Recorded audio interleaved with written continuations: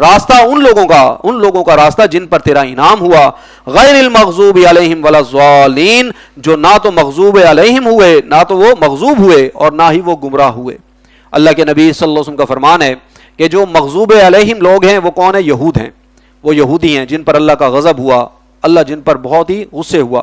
اور الضالین سے مراد یہ عیسائی ہیں، نصارہ ہیں، جنہوں نے اپنے رسول کی محبت کی وجہ سے اتنا غلو کیا کہ انہیں اللہ کا بیٹا قرار دے دیا، یا اللہ کے برابر بنا دیا، یا کسی عیسائیوں کے فرقے نے انہیں خدا ہی قرار دے دیا۔ تو ایسے غلو سے بچا، ایسی گمراہی سے بچا کہ جنہوں نے اپنے نبی کو خدا کا ہمسر کر دیا، خدا کا شریک بنا دیا۔ اللہ تعالی ہمیں ایسی گمراہیوں سے بچائے۔ آمین۔ آمین کا مطلب اللہ کرے ایسا ہی ہو، یہ مسنون ہے، کہنا چاہیے۔ اللہ کے نبی صلی اللہ علیہ وسلم کا فرمان ہے، بخاری شریف کی روایت ہے، من وافق تامینہ تامین الملائکۃ غفر لہ ما تقدم من ذنبہ، جو شخص آمین جب کہتا ہے تو فرشتے بھی آمین کہتے ہیں۔ جس کی آمین فرشتوں کی آمین سے مل گئی، اللہ اس کے سارے سابقہ گناہوں کو بخش دیتا ہے۔ کتنا خوبصورت دین ہے ہمارا، الحمدللہ۔ اللہ کے نبی صلی اللہ علیہ وسلم کا فرمان ہے، صحیح مسلم کی حدیث ہے، فرمایا قسمت الصلاۃ بینی و بین عبدی نصفین۔ اللہ سبحانہ و تعالیٰ ارشاد فرماتے ہیں، اللہ تعالیٰ فرماتے ہیں میں نے نماز کو اپنے اور اپنے بندے کے درمیان دو حصوں میں برابر تقسیم کر دیا ہے۔ اللہ تعالیٰ نے نماز کو بندے کے درمیان، اللہ اور بندے کے درمیان یہ دو حصوں میں تقسیم ہے، اور فرمایا والی عبدی ما سال، اور میرے بندے کو وہ عطا کیا گیا جو اس نے اللہ سے مانگا۔ جو بھی میرا بندہ مجھ سے مانگتا ہے میں اسے عطا فرماتا ہوں۔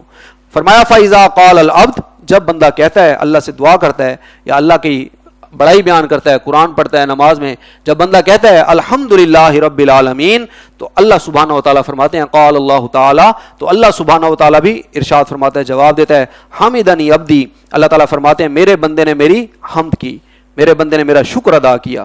وَإِذَا قَالَ، اور جب بندہ کہتا ہے الرحمن الرحیم، تو اللہ سبحانہ و تعالیٰ فرماتے ہیں اسنا علیہ عبدی، کہ میرے بندے نے میری ثنا کی، میرے بندے نے میری ثنا کی، میری تعریف بیان کی۔ وَإِذَا قَالَ، اور جب بندہ کہتا ہے مالک یوم الدین، کہ اللہ تو جزا اور سزا کے دن کا، قیامت کے دن کا مالک ہے۔ قَالَ مَجَّدَنِي عَبْدِي، تو اللہ سبحانہ و تعالیٰ فرماتے ہیں میرے بندے نے میری بزرگی بیان کی، میری بزرگی بیان کی میرے بندے نے۔ وَقَالَ مَرَّةً، اور ایک مرتبہ ارشاد فرمایا فَوَوَّضَ إِلَيَّ عَبْدِي، کہ میرے بندے نے اپنے آپ کو میرے سپرد کر دیا، میرے بندے نے میرے اپنے سارے معاملات میرے حوالے کر دیے۔ جس کو ایک حدیث میں آتا ہے کہ جب کوئی بندہ اپنے کسی مسلمان بھائی کی ضرورت کے لیے اس کے ساتھ چلتا ہے، کام کسی اور کا ہے، وہ اس کے ساتھ چل رہا ہے، وہ اس کے ساتھ چل رہا ہے کہ اس کے کام میں ذرا آسانی ہو جائے، وہ حق پر ہو بندہ، یہ بھی شرط ہے، تو اللہ سبحانہ و تعالیٰ اس بندے کے کام اپنے ذمے لے لیتا ہے۔ جو کسی بندے کے ساتھ گیا ہے اس کا کام کرنے، تو اس کے کام پیچھے کون کرے گا؟ اللہ فرماتا ہے اس کے کام میں اپنے ذمے لے لیتا ہوں۔ جو اللہ کے دین کا کام کرے گا اللہ اس کے کام بھی اپنے ذمے لے لیتا ہے۔ تو اللہ سبحانہ و تعالی ہمیں اپنے دین کا کام کرنے کی، دین پر چلنے کی توفیق عطا فرمائے، آسان بنا دے۔ تو اللہ سبحانہ و تعالی فرماتے ہیں کہ میرے بندے نے اپنے آپ کو میرے سپرد کر دیا۔ فَإِذَا قَالَ، اور پھر جب بندہ کہتا ہے إِيَّاكَ نَعْبُدُ وَإِيَّاكَ نَسْتَعِينُ، اے اللہ تیری ہی بندگی کرتے ہیں اور کرتے رہیں گے، اور تجھی سے مدد مانگتے ہیں، مانگتے رہیں گے۔ قال، تو اللہ سبحانہ و تعالیٰ بھی ارشاد فرماتا ہے ھذا بینی و بین عبدی ولی عبدی ما سال، کہ یہ حصہ میرے اور میرے بندے کے درمیان مشترک ہے، اور جو میرے بندے نے مانگا میں نے اسے وہ عطا کر دیا، میں نے اسے وہ عطا کر دیا۔ ایک حدیث میں آتا ہے، اللہ کے نبی صلی اللہ علیہ وسلم کا فرمان ہے، فرمایا کہ انسان جب اللہ سے دعا مانگتا ہے نا، جب بھی کوئی مسلمان بندہ جو شرک نہ کرتا ہو، اللہ پر ایمان رکھتا ہو، جب بھی اللہ سے دعا مانگتا ہے اللہ اس کی دعا کو قبول فرماتا ہے۔ کسی کو وہ مانگی ہوئی چیز جو وہ دنیا میں مانگ رہا ہوتا ہے اسے دنیا میں فوراً عطا کر دیتا ہے، کسی کو وہ چیز دنیا میں تو عطا نہیں کرتا، لیکن اللہ سبحانہ و تعالیٰ اس کی دعا کو بھی اپنے پاس محفوظ فرما لیتا ہے۔ پھر جب قیامت کا دن آئے گا تو اللہ سبحانہ و تعالیٰ اپنے بندے کو بہت بڑا اجر عظیم عطا فرمائے گا۔ اس دن بندہ سوال کرے گا، یا اللہ یہ میرے کون سے اعمال ہیں جس کی وجہ سے مجھے اتنا بڑا تو اجر عطا فرما رہا ہے؟ تو اسے بتایا جائے گا، اے بندے یہ تیری دنیا کی وہ دعائیں ہیں جو جب تو دنیا میں مانگتا تھا اس وقت تو ہم نے تجھے عطا نہیں کیا، لیکن ہم نے تیری دعاؤں کو ضائع بھی نہیں کیا، ہم نے تیری دعاؤں کو محفوظ کر لیا، آج تیری دعاؤں کا بدلہ تجھے ہم یہ اجر کی صورت میں عطا کر رہے ہیں۔ تو حدیث میں آتا ہے آپ صلی اللہ علیہ وسلم نے ارشاد فرمایا اس وقت بندہ پھر اللہ سے خواہش کرے گا، دل میں دعا کرے گا یا دل میں خواہش کرے گا، یا اللہ کاش تو میری دنیا میں ایک دعا بھی قبول نہ کرتا، اتنا بڑا اجر مجھے جو دنیا میں مل گیا تھا وہ تو بہت حقیر تھا، بہت تھوڑا تھا، آج جو تم مجھے عطا کر رہے یہ تو بہت زیادہ ہے، تو یا اللہ کاش تو میری دنیا میں ایک دعا بھی قبول نہ کرتا، میری ساری دعاؤں کا بدلہ آج آخرت کے دن مجھے عطا فرماتا۔ تو انسان ہے پریشان ہو جاتا ہے، بھئی میں نمازیں پڑھ رہا ہوں، نوافل پڑھ رہا ہوں، اللہ کی راہ میں صدقہ خیرات کر رہا ہوں، میری دعائیں قبول نہیں ہو رہی۔ تو آج تو پریشان ہو رہا ہے، قیامت کے دن خوش ہوگا کہ یا اللہ کاش تو میری دنیا میں ایک دعا بھی قبول نہ کرتا، میری ساری دعاؤں کا بدلہ مجھے تو آج آخرت کے دن عطا فرماتا۔ سورۃ البقرہ میں یہی آگے آیت آئے گی، آسان تکرہوا شیئا وہو خیر لکم، ہو سکتا ہے کسی چیز کو تم اپنے لیے ناپسند کرو، اسی میں تمہارے لیے خیر ہو، وآسان تحبوا شیئا وہو شر لکم، اور ہو سکتا ہے کسی کام کو کسی چیز کو تم اپنے لیے پسند کرو، اس میں تمہارے لیے شر ہو۔ واللہ یعلم وانتم لا تعلمون، اللہ بہتر جانتا ہے، تم نہیں جانتے کس کام میں تمہارے لیے خیر ہے کس کام میں شر ہے، تم نہیں سمجھ سکتے۔ یہ اللہ کی حکمتیں ہیں، یہ اس کے فیصلے ہیں، وہ بہتر جانتا ہے کہ کس کو کیا دنیا میں عطا کرنا ہے اور کیا نہیں کرنا۔ رضائے رب پہ راضی رہ، یہ حرف آرزو کیسا، خدا خالق، خدا مالک، خدا کا حکم تو کیسا۔ ہر حال میں بندہ مومن اللہ کی رضا پہ راضی رہتا ہے، کوئی نعمت مل جائے اللہ کا شکر ادا کرتا ہے، فخر نہیں کرتا بھئی یہ میرا فیصلہ تھا۔ کچھ لوگ جیسے کہتے ہیں بھئی شکر ہے مجھے پتا تھا آگے رمضان آ رہا ہے، یہ چینی سٹور کر لو، کھانے کی چیزیں سٹور کر لو، میں نے وقت پہ صحیح فیصلہ کر لیا تھا، آج میں نفع کما رہا ہوں۔ یہ تو غلط کام ہے، گناہ کا کام ہے، ایسا نہیں کرنا چاہیے۔ اللہ سبحانہ و تعالیٰ بہتر جانتا ہے کس کام میں تمہارے لیے خیر ہے کس میں شر ہے۔ اللہ تعالیٰ ہم سب کو اللہ کی رضا پر راضی رہنے کی، ہر وقت اللہ کی رضا پر راضی رہنے کی اللہ ہم سب کو توفیق عطا فرمائے۔ اللہ سبحانہ و تعالیٰ ارشاد فرماتے ہیں، جب بندہ کہتا ہے ایاک نعبد و ایاک نستعین، تو اللہ سبحانہ و تعالیٰ بھی ارشاد فرماتے ہیں یہ حصہ میرے اور میرے بندے کے درمیان ہے، اور میں نے اپنے بندے کو وہ بخشا جو کچھ اس نے مانگا۔ اور پھر جب بندہ کہتا ہے فَإِذَا قَالَ اهْدِنَا الصِّرَاطَ الْمُسْتَقِيمَ، اے اللہ سیدھے راستے کی ہدایت عطا فرما، صراط الذین انعمت علیہم، راستہ ان لوگوں کا جن پر تو نے انعام فرمایا، غیر المغضوب علیہم ولا الضالین، نہ کہ ان کا راستہ جن پر تیرا غضب ہوا اور جو گمراہ ہو گئے ان کے راستے سے بچا۔ تو اللہ سبحانہ و تعالیٰ بھی جواب دیتے ہیں، قال ھذا لعبدی ولعبدی ما سأل، اللہ فرماتا ہے یہ حصہ کل کا کل میرے بندے کے لیے ہے، اور میرے بندے نے جو کچھ مجھ سے مانگا میں نے اس کو بخش دیا، میں نے اپنے بندے کو وہ عطا کر دیا۔ آمین، جیسے میں نے حدیث سنائی، اللہ کے نبی صلی اللہ علیہ وسلم کا فرمان ہے جس کی آمین فرشتوں کی آمین سے مل گئی اللہ اس کے سابقہ گناہوں کو معاف فرما دیتا ہے۔ تو آمین ہلکی آواز میں کہیں یا اونچی آواز میں کہیں اس میں کوئی بڑی بات نہیں، تھوڑا اختلاف ہے، لیکن آمین کہنی ضرور ہے۔ جس کی مل گئی اللہ اس کے سابقہ گناہوں کو معاف فرما دے گا۔ اللہ تعالی ہم سب کو شعور کے ساتھ یہ سورۃ الفاتحہ پڑھنے کی توفیق عطا فرمائے۔ جہاں بھی آپ کو وقت ملے، ایک گزارش ہے، یہاں سے بار بار اس محراب اور ممبر سے یہ بات کہی جاتی ہے کہ قرآن حکیم کو سمجھ کر پڑھا جائے۔ قرآن اللہ کا کلام ہے، اللہ کی کتاب ہے، بغیر سمجھے بھی ہر حرف پر اللہ 10 نیکیاں عطا فرماتا ہے۔ رمضان کا مہینہ ہے، 10 کو ضرب دیں 70 سے تو کتنی ہو جائیں گی؟ تو اللہ سبحانہ و تعالیٰ جتنا چاہتا ہے اجر و ثواب عطا فرماتا ہے۔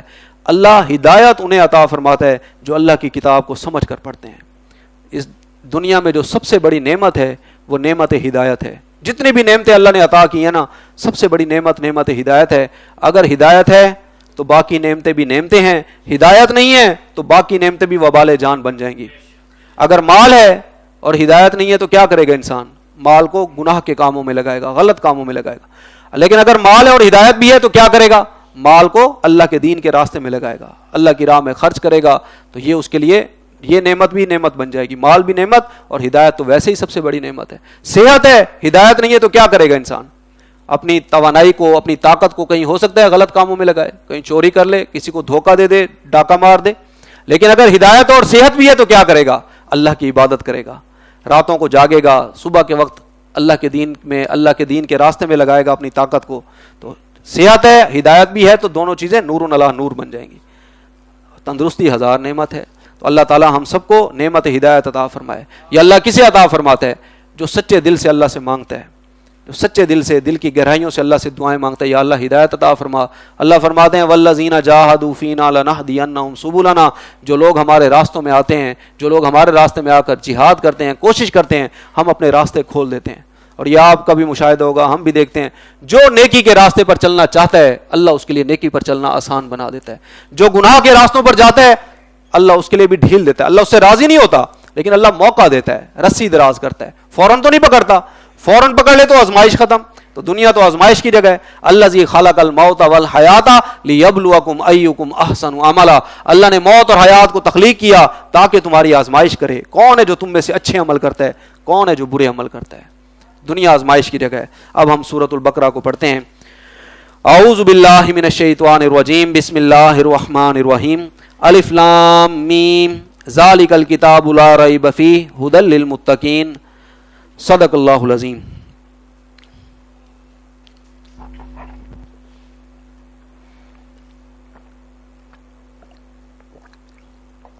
الف لام میم یہ حروف مقطعات ہیں, الگ الگ کر کے پڑھے جاتے ہیں. جیسے میں نے حدیث عرض کی, اللہ کے نبی صلی اللہ علیہ وسلم کا فرمان ہے کہ جو شخص قرآن حکیم کا ایک حرف پڑھتا ہے اللہ ہر حرف پر اسے 10 نیکیاں عطا فرماتا ہے. اور فرمایا الف لام میم یہ 3 حروف ہیں, یہ ایک لفظ ہے, 3 حروف ہیں, ان کا معنی اللہ ہی جانتا ہے. بغیر سمجھے پڑھ رہے ہیں, اللہ 10 نیکیاں ہر حرف پر عطا فرماتا ہے. جو 3 حروف پڑھے گا اللہ 30 نیکیاں عطا فرمائے گا. جو بغیر سمجھے بھی پڑھے گا اللہ 30 نیکیاں عطا فرمائے گا. لیکن جو سمجھ کر پڑھے گا اللہ اس کو ہدایت عطا فرمائے گا. فرمایا الف لام میم ذالک الکتاب لا ریب فیہ, یہ الکتاب ہے, اس میں کوئی شک نہیں. یا اس کا یوں بھی ترجمہ ہو سکتا ہے یا یہ وہ کتاب ہے جس میں کوئی شک نہیں. یہ کتاب, یہ اس قرآن حکیم کا انداز ہے اور کسی کتاب کا یہ انداز نہیں ہے کہ یہ کتاب شک سے پاک ہے, اس میں کوئی شک نہیں. ھدی للمتقین, ہدایت ہے پرہیزگاروں کے لیے. متقی لوگ, تقوی والے لوگ جو اللہ سے ڈرتے ہیں, جن کے دلوں میں خدا خوفی ہے, ان کے لیے اللہ تعالیٰ نے ہدایت رکھی ہے. یعنی ان لوگوں کے لیے جو بچنا چاہیں. تقوی کا لفظی معنی ہے بچنا, وقایقی کا مفہوم ہے کسی کو بچانا, جبکہ تقوی کا معنی ہے خود بچنا, گناہوں سے بچنا, اللہ کی نافرمانی سے بچنا. تو یہ ان لوگوں کے لیے ہدایت ہے اس کتاب میں جن کے دلوں میں خدا خوفی ہے, تقوی ہے, پرہیزگاری ہے. الذین یؤمنون بالغیب, جو ایمان رکھتے ہیں غیب پر. ویقیمون الصلاۃ, اور نماز کو قائم کرتے ہیں. مومن, تقوی والا بندہ, خدا خوفی رکھنے والا بندہ, وہ غیب پر بھی ایمان رکھتا ہے. ہم نے فرشتوں کو نہیں دیکھا, ہم نے کئی چیزوں کو نہیں دیکھا, ہم نے تو اللہ کے نبی صلی اللہ علیہ وسلم کو بھی نہیں دیکھا. اللہ کے نبی صلی اللہ علیہ وسلم کی ایک حدیث ہے بڑی پیاری. آپ فرماتے ہیں اے میرے صحابہ, میرا بڑا دل چاہتا ہے کاش کہ میری ملاقات ہو میرے بھائیوں سے. صحابہ نے عرض کیا وہ کون لوگ ہوں گے؟ فرمایا وہ لوگ ہوں گے جو تمہارے بعد آئیں گے, جو مجھے جنہوں نے دیکھا نہیں ہوگا لیکن ایسے ایمان لائیں گے جیسے تم ایمان لائے, بن دیکھے ایمان لائیں گے. میرا بڑا دل چاہتا ہے کہ میری بھی ملاقات ہو ان لوگوں سے جو مجھ پر بن دیکھے ایمان لائیں گے. اللہ ہم سب کو حضور نبی اکرم صلی اللہ علیہ وسلم کی زیارت کا شرف نصیب فرمائے. تو فرمایا وَيُقِيمُونَ الصَّلَاةَ, نماز کو قائم کرتے ہیں. نماز کی بڑی اہمیت ہے. قیامت کے دن سب سے پہلا سوال نماز کے بارے میں ہوگا. حدیث میں آتا ہے جس کی نماز ٹھیک ہو گئی اس کے باقی سوالات بھی آسان ہو جائیں گے. جو پہلے سوال میں فیل ہو گیا آگے معاملات بڑے سخت ہو جائیں گے. اللہ کے نبی صلی اللہ علیہ وسلم کا فرمان ہے, فرمایا جس نے ایک نماز چھوڑ دی بغیر کسی شرعی عذر کے, ایسے ہی چھوڑ دی, بیٹھا تھا پورے شعور کے ساتھ بیٹھا تھا, مثال کے طور پر عصر کی اذان سن رہا تھا لیکن وہ مسجد کی طرف نہیں گیا, فرمایا اس کا اتنا بڑا نقصان ہو گیا جیسے ایک شخص سے اس کے ایک دن میں گھر بار بیوی بچے مال و دولت سب چھن جائے. کتنا بڑا نقصان ہے جو فٹ پاتھ پہ آ جائے, جس کے بیوی بچے ہلاک ہو جائیں اللہ نہ کرے, اس کے گھر والے اس سے چھن جائیں اور مالی اعتبار سے زیرو ہو جائے. کتنا نقصان ہو گیا. اس سے زیادہ نقصان ہو گیا اس شخص کا جس نے جان بوجھ کر ایک نماز چھوڑ دی, جس نے ایک نماز چھوڑ دی. اللہ تعالیٰ ہمیں اپنی نمازوں کی حفاظت کرنے کی توفیق عطا فرمائے. وَمِمَّا رَزَقْنَاهُمْ يُنْفِقُونَ, اور جو کچھ ہم نے انہیں دیا ہے اس میں سے خرچ کرتے ہیں. جو بھی اللہ نے دیا ہے, رزق ہم سمجھتے ہیں مال صرف رزق ہے. اللہ تعالیٰ نے جو بھی صلاحیت, جو بھی نعمت, جس بھی توفیق سے بخشا ہے, جس چیز سے بھی اللہ نے بخشا ہے وہ اللہ کا رزق ہے. اولاد ہے یہ بھی رزق ہے, صحت ہے یہ بھی رزق ہے, مال ہے یہ بھی رزق ہے. جو بھی اللہ نے دیا ہے اللہ کی راہ میں خرچ کرتے ہیں, اللہ کی راہ میں لگاتے ہیں. وَالَّذِينَ يُؤْمِنُونَ بِمَا أُنزِلَ إِلَيْكَ, اور جو ایمان رکھتے ہیں اس پر بھی جو ہے نبی صلی اللہ علیہ وسلم آپ کی طرف نازل کیا گیا, یعنی آپ پر کیا نازل ہوا؟ قرآن حکیم, اس پر بھی ایمان رکھتے ہیں. وَمَا أُنزِلَ مِن قَبْلِكَ, اور اس پر بھی ایمان رکھتے ہیں جو آپ سے پہلے نازل کیا گیا, یعنی آپ سے پہلے جتنی بھی کتابیں نازل ہوئیں, تورات, زبور, انجیل, صحف ابراہیم و موسیٰ, جتنے بھی صحیفے اللہ پاک کے اترے, اللہ کی کتابیں آئیں, ان کا سب پر ایمان ہے. الحمدللہ ہم مسلمان ہیں, ہمارا سب پر ایمان ہے. وما انزل من قبلک, اور اس پر بھی ایمان رکھتے ہیں جو آپ سے پہلے نازل کیا گیا. وبالآخرۃ هم یوقنون, اور وہ آخرت پر یقین رکھتے ہیں. پہلی چیزوں کے لیے آیا ایمان اور آخرت کے بارے میں آیا یقین, اور انسان کے عمل کو ٹھیک کرنے والی چیز آخرت پر یقین ہے. جسے انسان کو یہ شعور ہوگا, احساس ہوگا کہ میں نے مرنا ہے, مرنے کے بعد اللہ کے ہاں پیشی ہوگی, اللہ کو جواب دینا ہے, تو اس کا عمل بہتر ہوگا. جتنا اسے یاد ہوگا اللہ دیکھ رہا ہے, اللہ کی بارگاہ میں پیشی ہوگی, اللہ کو جواب دینا ہے, مر جانا ہے, جان اللہ کو دینی ہے, تو پھر اس کا عمل بہتر ہوگا انشاءاللہ. وبالآخرۃ ہم یوقنون, اور آخرت پر وہ یقین رکھتے ہیں. اولئک علی ھدی من ربہم, یہی وہ لوگ ہیں جو اپنے رب کی طرف سے ہدایت پر ہیں. واولئک ھم المفلحون, اور یہی وہ لوگ ہیں جو فلاح پانے والے ہیں. ان الذین کفروا سواء علیہم اانذرتہم ام لم تنذرہم لا یؤمنون, بے شک جن لوگوں نے کفر کیا, یعنی وہ لوگ جو کفر پر اڑ گئے, ان کے لیے برابر ہے کہ اے نبی صلی اللہ علیہ وسلم آپ انہیں ڈرائیں یا نہ ڈرائیں, وہ ایمان نہیں لائیں گے, اب وہ ایمان لانے والے نہیں ہیں. ان الذین کفروا سے مراد یہاں وہ لوگ ہیں جو اپنے کفر پر اڑ گئے. اس کو ہم تعویل عام میں نہیں لے سکتے, یعنی یہ اس کے پیچھے ایک پس منظر ہے. یہ آپ کے علم میں ہے سورۃ البقرہ مدنی سورت ہے, اس سے پہلے تقریباً 13 برس تک مکی قرآن نازل ہو چکا ہے, اور اللہ کے نبی صلی اللہ علیہ وسلم مکہ میں لوگوں کو جا کر اللہ کے دین کی دعوت دیتے رہے, قرآن سناتے رہے, ایک ایک شخص کے پاس چل کر جاتے, ابو جہل کے پاس بھی چل کر جاتے. ابو جہل کے پاس ایک رات طوفانی رات تھی, شدید موسم خراب تھا, بارش تھی, تو صبح کے وقت ابو جہل نے کہا ہے محمد آج کے بعد مجھ سے یہ بات نہ کرنا, نہیں تو میں بڑا سخت پیش آؤں گا. رات ہوئی تو سید الانبیاء صلی اللہ علیہ وسلم طوفانی رات کے وقت ابو جہل کے دروازے پر دستک ہوتی ہے. تو آپ کے علم ہے عرب کے اندر کچھ خوبیاں تھیں, مہمان نواز آدمی تھے, کسی کو دروازے پر جو آتا تو اس کی مدد کیا کرتے تھے. تو ابو جہل دل میں سوچتا ہے کہ باہر جو بھی ہوگا وہ جو کہے گا میں اس کی بات مانوں گا, پتہ نہیں اس وقت کون آیا ہے. تو دروازہ کھول کے دیکھتا ہے تو باہر محمد رسول اللہ صلی اللہ علیہ وسلم تشریف فرمائے. حیران ہو گیا, کہتا ہے ابو جہل کہتا ہے اے محمد اس وقت کیا کرنے آئے ہو؟ تو حضور صلی اللہ علیہ وسلم نے فرمایا اے ابو جہل میں کہتا ہوں, اے عمر بن ہشام میں چاہتا ہوں تم کلمہ پڑھ لو, اللہ پر ایمان لے آؤ. اس نے یہ بات نہیں مانی بہرحال. تو راتوں کے وقت بھی اللہ کے نبی صلی اللہ علیہ وسلم لوگوں کے پاس چل کر جاتے, دن کے وقت بھی جاتے, اللہ کا کلام سناتے. اب 12-13 برس تک وہ قرآن کی دعوت کو سنتے رہے. ایک روایت میں آتا ہے ایک مرتبہ مسجد الحرام میں رات کا وقت ہے, حضور نبی اکرم صلی اللہ علیہ وآلہ وسلم رات کے وقت اللہ کی عبادت کر رہے ہیں, قرآن پڑھ رہے ہیں, مسجد الحرام کے سامنے بیت اللہ کے سامنے کھڑے ہو کر اللہ کا کلام پڑھ رہے ہیں. تو ابو جہل بھی سن رہے ہیں, اخنس بن شریح ایک شخص تھا وہ بھی سن رہا تھا چھپ چھپ کے, اور ابو سفیان بھی سن رہے تھے جو بعد میں ایمان لے. تو تینوں سنتے رہے رات کے اندھیرے میں. جب دن ہوئی واپس جانے لگے تو دیکھا ایک دوسرے کو, تو پوچھا کیا کر رہے تھے؟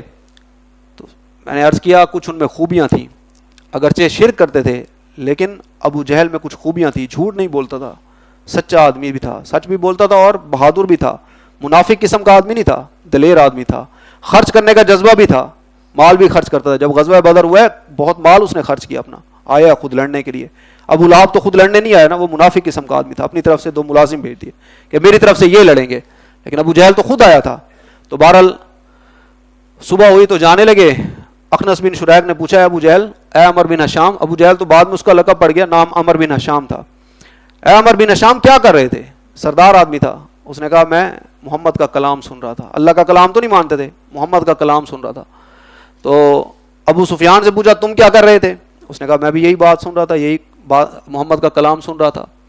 تو اخنس بن شریح نے کہا دیکھو تم سردار آدمی ہو, تمہاری عوام کو پتہ چلے گا کہ ہمارے سردار خود سنتے ہیں, ہمیں منع کرتے ہیں کہ بھائی قرآن نہ سننا, محمد کی بات نہ سننا, تو تم نہ سنا کرو, ایسا نہ ہو کہ تم پر اثر کر جائے. تو انہوں نے کہا ٹھیک ہے آج تو سن لیا, آئندہ نہیں آئیں گے. جب رات ہوئی نا پھر دل بے چین ہو گیا.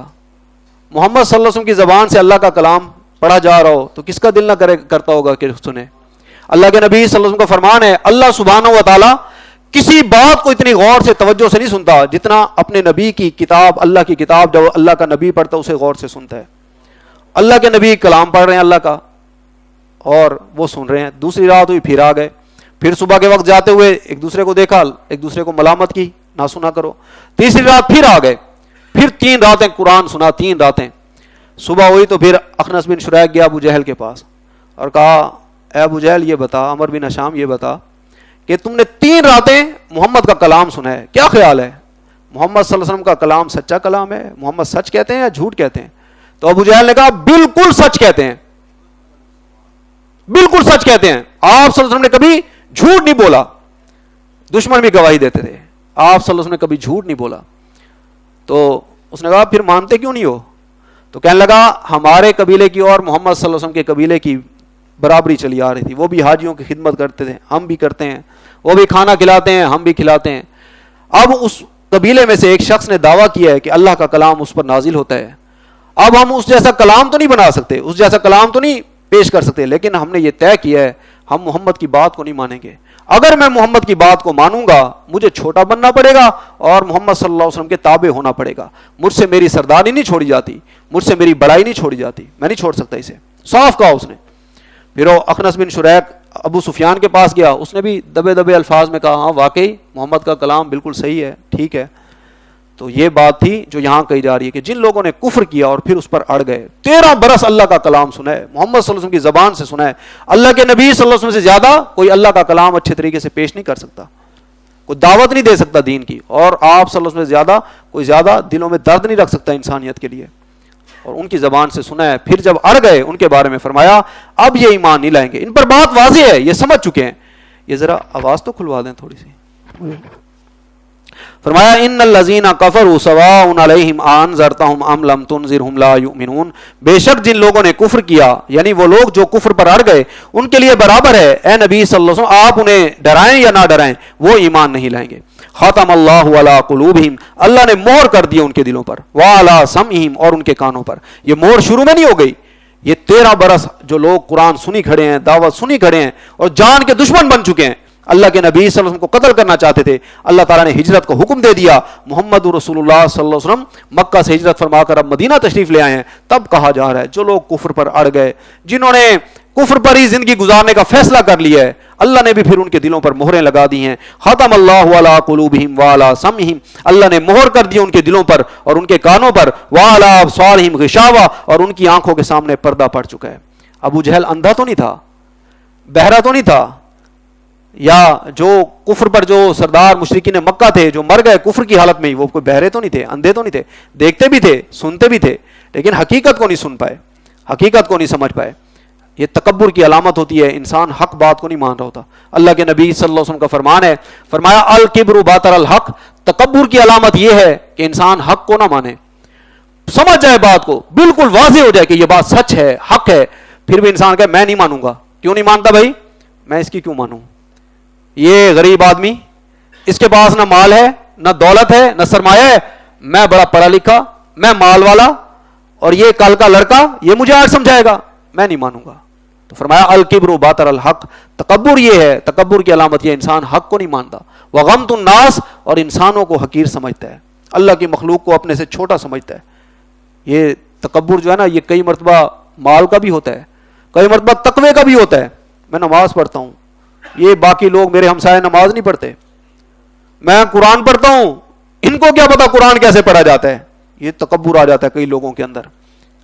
اللہ کے نبی صلی اللہ علیہ وسلم کا فرمان ہے، صحیح مسلم کی روایت ہے، لا يدخل الجنت من کان فی قلبہ مثقال ذرۃ من کبر، وہ شخص جنت میں نہیں جائے گا جس کے دل میں ایک رائی کے دانے برابر بھی تکبر ہوگا۔ سمجھتا رہے کوئی اپنے آپ کو عالم دین، مفتی صاحب سمجھتا رہے، علامہ، حضرت، مولانا، نام کے ساتھ کئی کئی لقب لگتے ہیں لوگوں کے، اور لوگ ناراض ہو جاتے ہیں میرے نام کے ساتھ یہ کیوں نہیں لکھا ہے، میرا نام اشتہار میں چھوٹا کیوں لکھا ہے، میرے نام کے ساتھ حضرت، علامہ، شیخ الحدیث اور فلاں فلاں فلاں کیوں نہیں لکھا۔ یہ تقوی کا بھی تکبر ہو جاتا ہے، اللہ تعالیٰ تکبر سے بچائے۔ فرمایا ختم اللہ علی قلوبہم وعلی سمعہم، اللہ نے مہر کر دی ان کے دلوں پر اور ان کے کانوں پر، وعلی ابصارہم غشاوہ، اور ان کی آنکھوں کے سامنے پردہ پڑ چکا ہے، وَلَهُمْ عَذَابٌ عَظِيمٌ، اور ان کے لیے بہت بڑا عذاب ہے۔ وَمِنَ النَّاسِ مَن يَقُولُ آمَنَّا بِاللَّهِ وَبِالْيَوْمِ الْآخِرِ وَمَا هُمْ بِمُؤْمِنِينَ، اور لوگوں میں سے کچھ ایسے بھی ہیں جو کہتے تو یہ ہیں کہ ہم ایمان رکھتے ہیں اللہ پر بھی اور یوم آخر پر بھی، مگر وہ حقیقت میں مومن نہیں ہیں۔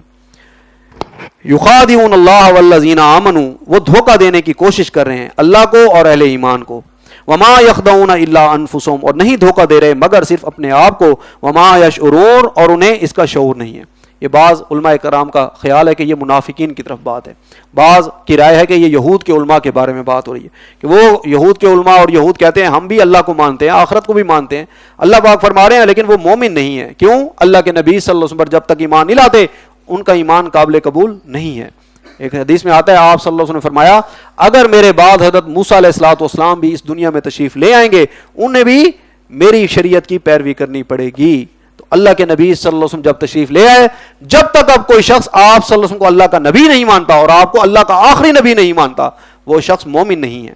اور فرمایا یخادعون اللہ والذین آمنوا، وہ دھوکہ دینے کی کوشش کر رہے ہیں اللہ کو اور اہل ایمان کو، وما یخدعون الا انفسهم، اور نہیں دھوکہ دے رہے مگر صرف اپنے آپ کو، وما یشعرون، اور انہیں اس کا شعور نہیں ہے، فی قلوبہم مرض، ان کے دلوں میں ایک مرض ہے، ایک روگ ہے، ایک بیماری ہے، فزادہم اللہ مرضا، تو اللہ نے ان کے روگ میں اضافہ کر دیا، ولہم عذاب علیم، اور ان کے لیے دردناک عذاب ہے، بما کانوا یکذبون، بسبب اس جھوٹ کے جو وہ بول رہے تھے، وَإِذَا قِيلَ لَهُمْ لَا تُفْسِدُوا فِي الْأَرْضِ، اور جب ان سے کہا جاتا ہے کہ مت فساد کرو زمین میں، یعنی جب اللہ کے نبی صلی اللہ علیہ وسلم دنیا میں تشریف لے آئے ہیں تو اب ٹھیک ٹھیک ان کی پیروی کرو، ان پر ایمان لاؤ۔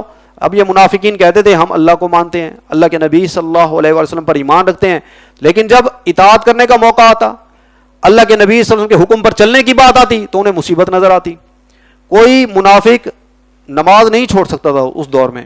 مسجد نبوی ایک مدینہ اس وقت چھوٹی سی ایک بستی تھی، جو بھی مسجد میں نہ آئے گا تو پتہ چل جاتا۔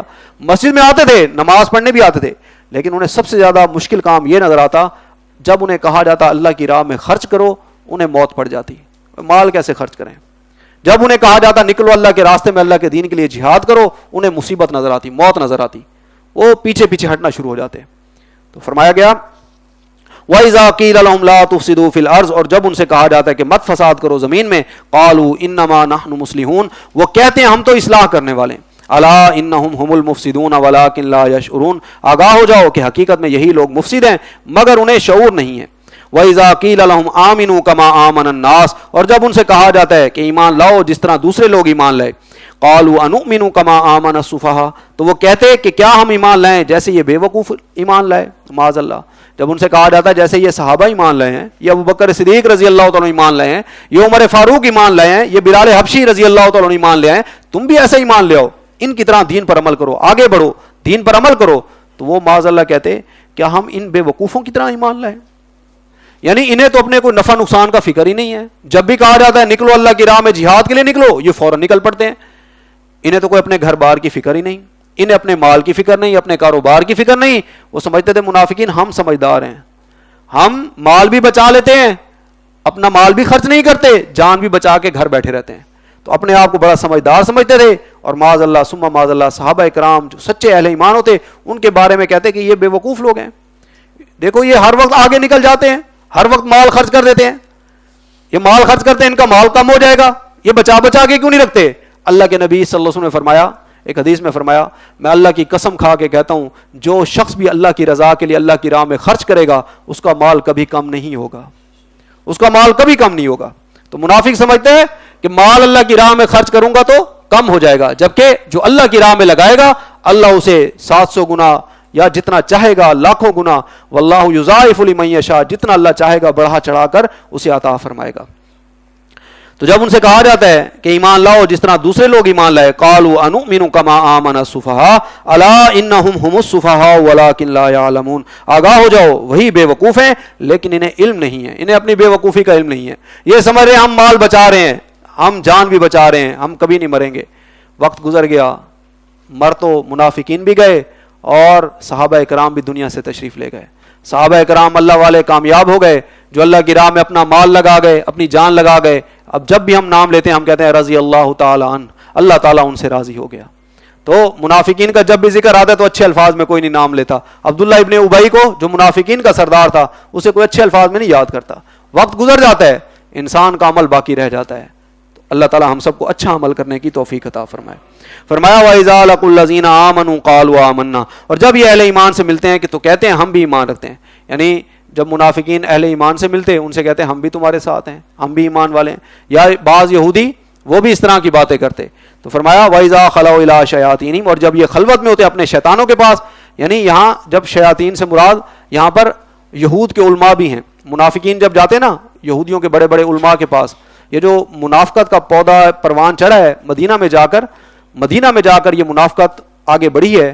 مکہ میں یہ بات نہیں تھی، مکہ میں تو جو شخص بھی ایمان قبول کرتا اسے سوچ سمجھ کر ایمان کا دعویٰ کرنا پڑتا تھا، اسے پتا تھا مشرکین مکہ، یہ مکہ کے سردار یہ میری جان کے دشمن بن جائیں گے۔ اب جب مدینہ حضور صلی اللہ علیہ وسلم تشریف لے آئے تو اب یہ بات نہیں تھی، بلکہ غزوہ بدر جب ہوا تو مسلمان ایک طاقت بن گئے، 313 نے 1000 کے لشکر کو شکست دے دی۔ تو بعض لوگوں نے دیکھا کہ مسلمان تو ایک طاقت بنتے جا رہے ہیں، تو اب ہم کلمہ پڑھ لیتے ہیں، ابھی فی الحال کلمہ پڑھ لو۔ جیسے بعض لوگ کہتے ہیں تیل دیکھو، تیل کی دھار دیکھو، جس طرح زمانہ چل رہا ہے اس طرح تم بھی چلو. تو انہوں نے بھی یہی کیا. تو ان میں ایک شخص تھا عبداللہ ابن ابی، جو منافقین کا پھر سردار بن گیا. حضور صلی اللہ علیہ وسلم جب مکہ سے مدینہ ہجرت کر کے تشریف لے آئے تو اس سے پہلے اس کے لیے بادشاہ بنانے کا اس کے لیے قرعہ ڈالا گیا. اوس اور خزرج کے قبائل کے لوگ آپس میں لڑ لڑ کے تھک چکے تھے. انہوں نے کہا کہ ہم اپنا کوئی ایک امیر یا بادشاہ بنا لیتے ہیں جو ہمارے آپس کے تنازعات کا فیصلہ کر دیا کرے. قرعہ ڈالا گیا تو عبداللہ ابن ابی ایک شخص کا نام نکلا. تو یہ اس کے لیے سونے کا تاج بھی بنایا گیا. اب ایک دن تاج پوشی ہونی تھی صرف بادشاہ سلامت کی. اس سے پہلے محمد رسول اللہ صلی اللہ علیہ وسلم مکہ سے ہجرت فرما کر مدینہ تشریف لے آئے. تو اب حضور صلی اللہ علیہ وسلم جب مدینہ آ گئے اب کسی اور امیر کی یا بادشاہ کی کیا ضرورت تھی. سب لوگوں نے سید الانبیاء صلی اللہ علیہ وسلم کو اپنا بڑا بنا لیا. مسلمانوں نے تو ویسے ہی مان لیا ہے، تو انہوں نے تو رسول مانتے تھے، باقی لوگوں نے بھی بڑا بنا لیا. تو اس کی وہ جو حسرت تھی کہ میں بادشاہ بنوں، میں بڑا بنوں، وہ ختم ہو گئی. اور آپ صلی اللہ علیہ وسلم کی مدینہ آنے کی وجہ سے ختم ہوئی. تو اس کے دل میں پہلے دن سے نفرت پیدا ہوتی گئی حضور صلی اللہ علیہ وسلم کے لیے کہ اگر یہ نہ آتے تو میں بادشاہ بنتا، میری سرداری قائم ہوتی. تو اس وجہ سے یہ اس کے اندر جو منافقت تھی وہ پروان چڑھتی رہی اور پھر معاذ اللہ یہ پکا منافق ڈکلیئر ہو گیا.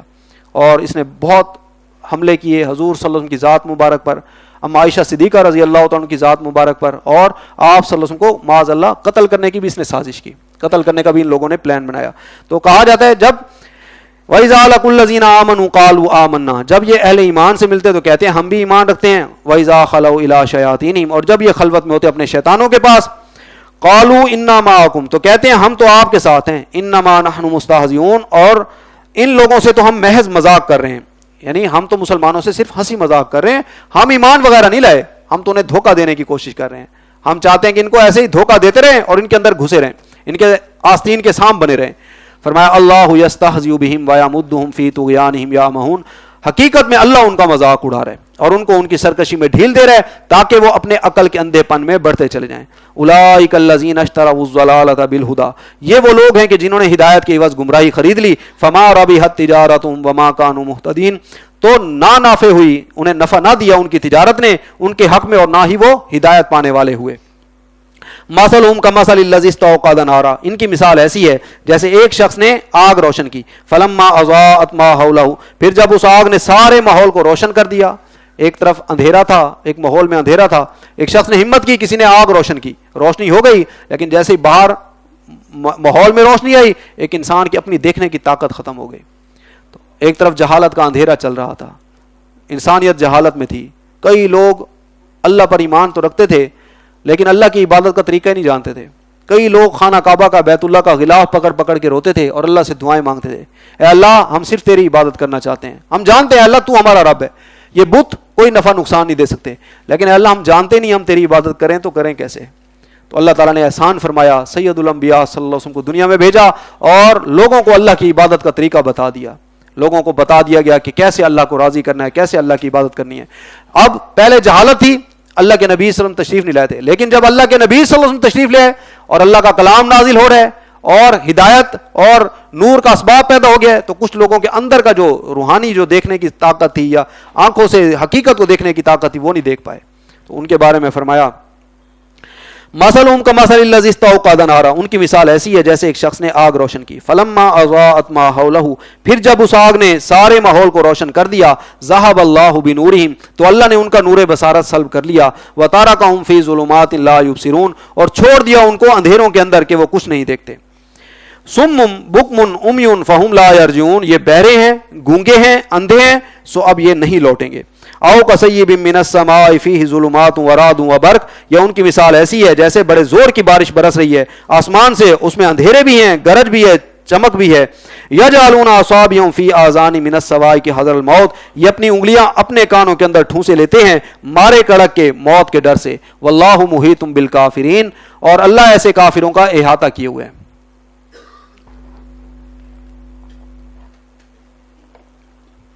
یقاد البرق یخطف ابصارہم، قریب ہے کہ بجلی اچک لے ان کی آنکھیں. کلما اضاء لهم مشوا فیہ، جب چمکتی ہے ان پر تو چلنے لگتے ہیں اس کی روشنی میں. واذا اظلم علیہم قاموا، اور جب ان پر تاریکی ہو جاتی ہے تو کھڑے کے کھڑے رہ جاتے ہیں. وَلَوْ شَاءَ اللَّهُ لَذَهَبَ بِسَمْعِهِمْ وَأَبْصَارِهِمْ، اور اللہ چاہتا تو ان کی سماعت اور بصارت کو سلب کر لیتا. إِنَّ اللَّهَ عَلَى كُلِّ شَيْءٍ قَدِيرٌ، بے شک اللہ ہر چیز پر قادر ہے، ہر چیز پر اللہ پاک کا اختیار ہے. یا ایھا الناس اعبدوا ربکم الذی خلقکم والذین من قبلکم لعلکم تتقون، اے انسانو بندگی اختیار کو اپنے اس رب کی، اس مالک کی جس نے تم کو پیدا کیا ہے، اور تم سے پہلے بھی جتنے لوگ گزرے ہیں ان سب کو بھی اللہ نے پیدا کیا تاکہ تم بچ سکو، تاکہ تم بچ سکو. یہاں پر اب یا ایھا الناس کے ذریعے سے بات کی گئی. پہلے جتنے بھی انبیاء آتے وہ اپنی اپنی قوم کے لیے اللہ کی طرف سے نبی بنا کر بھیجے جاتے.